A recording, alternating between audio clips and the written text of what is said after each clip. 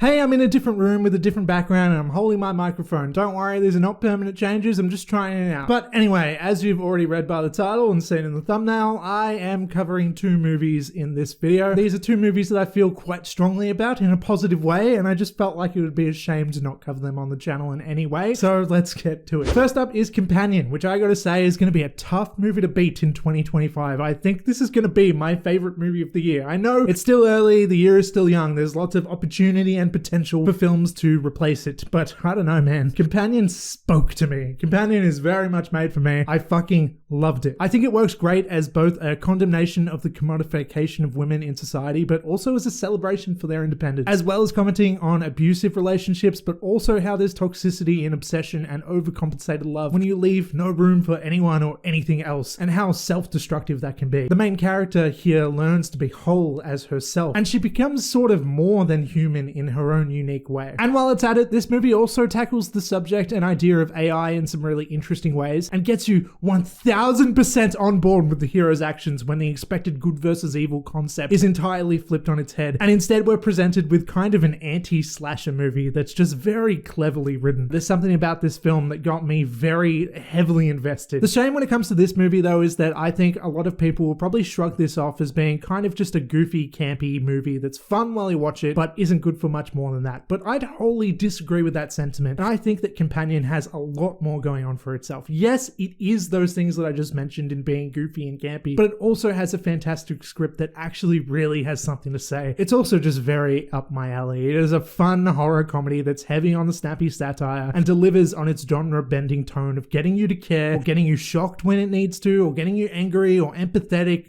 etc. when need be. Just about every second of this film is entertaining and none of it feels wasted. It's also got a great sort of lo-fi sci-fi world that's established here that doesn't really continuously beat you over the head with reminders of being in a futuristic world. The movie is much more about the clever plot revolving around that technology than being about it, as the film is also all about the very concepts of memory, control over your loved ones, and the very idea of love itself. I fucking love this thing so much. And words cannot express how much I love this thing. I can hardly describe it. Just some other movies, by the way, that are sort of similar to it that come to my mind, just to give you a bit of an idea of what it's like. And if you did like this movie and have seen it but haven't seen these ones, you should watch as well, are Promising Young Woman, Ex Machina, Bodies, Sissy, Fresh, Strange Darling, Don't Worry Darling, and Upgrade. And there's probably a hell of a lot more than that, but those are just the movies that sort of came to my mind. By the way, I should also mention that the main lead, whose name is Sophie Thatcher, is a name that I'm gonna have to remember because she's quickly becoming a favorite of mine after Heretic last year, and to a lesser extent Boogeyman from 2023, but she was good in that as well. She's fantastic in this especially, and really sells me on the character she's playing well. And now quickly, just the other movie I want to talk about is The Monkey, which I just saw today. And when I was still in the cinema watching this movie, I was thinking to myself, Final Destination was probably like to The Monkey, you can copy my homework but change it so it's not obvious, because it does feel a bit like a carbon copy of it in some ways, but I'm absolutely okay with that. It's really more than just that though, because this movie was funny as fuck, but less so in the expected jokey way, and more so being comedic through the editing and ridiculously violent happenstance,